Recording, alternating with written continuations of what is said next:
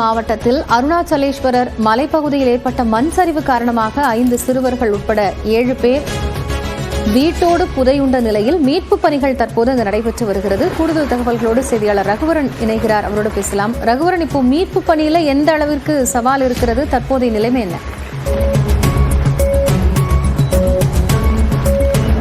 காயத்ரி, அந்த திருவண்ணாமலை மலைப்பகுதியில் இருக்கக்கூடிய ஏற்பட்ட இந்த நிலச்சரிவு காரணமாக 2வது நாளாக அந்த மீட்பு பணியானது நடைபெற்று வருகிறது. நமக்கு பின்பாக நமது ஒளிப்பதிவாளர் விவேக் காட்டுவார், நீங்கள் பார்க்கலாம்.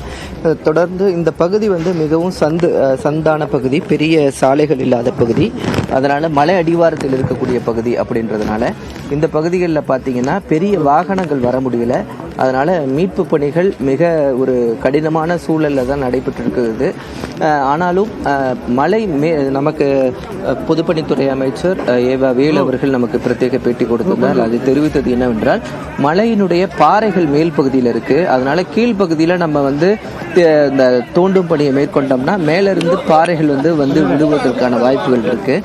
அதனால் மேலிருந்து நாங்கள் கிளியர் பண்ணிட்டு இருக்கோம் அப்படின்னு சொல்லிட்டு அவர் சொன்னார். அதைகள் தான் தற்போது நடைபெற்று கொண்டிருக்கிறது.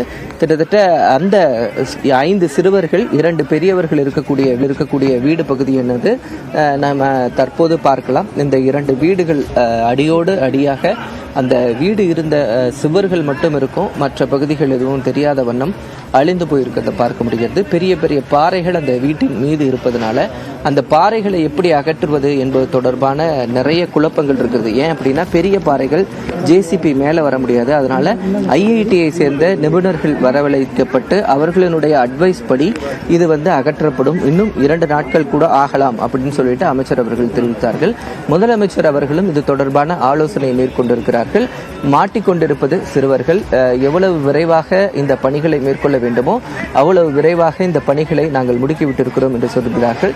குறிப்பாக சுமார் 120க்கும் மேற்பட்ட பேரிடர் மீட்பு துறையினுடைய பணியாளர்கள் தற்போது அந்த பணியில் கடுமையான சவாலுக்கு மத்தியில் ஈடுபட்டு கொண்டிருக்கிறார்கள். காயத்ரி, நன்றி ரகுவரன். விவரங்களுக்காக மீண்டும் இணையலாம். தொடர்ந்து தமிழ்நாட்டில் இன்று காலை 8:30 மணி வரையிலான கடந்த 24 மணி நேரத்தில் கிருஷ்ணகிரி மாவட்டம் ஊத்தங்கரையில் அதிகபட்சமாக 50 சென்டிமீட்டர் மழை பதிவாகியிருக்கிறது. விழுப்புரம் மாவட்டம் கெடாரில் 42 சென்டிமீட்டரும், சூரப்பட்டு பகுதியில் 38 சென்டிமீட்டர் மழையும் பதிவாகியுள்ளது.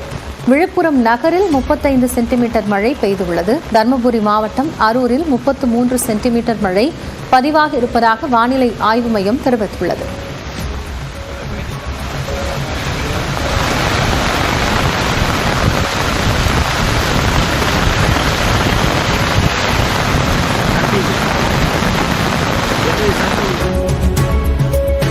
ஓமலூர், காடையாம்பட்டி, சின்னப்பட்டியை சுற்றியுள்ள பகுதிகளில் விடிய விடிய பெய்த மழையால் அப்பகுதியில் உள்ள ஏரிகள் நிரம்பியுள்ளன. ஏரிகளில் இருந்து வெளியேறும் நீர் அருகில் உள்ள விளைநிலங்களுக்குள் புகுந்ததால் வெள்ளக்காடாக காட்சியளிக்கின்றது.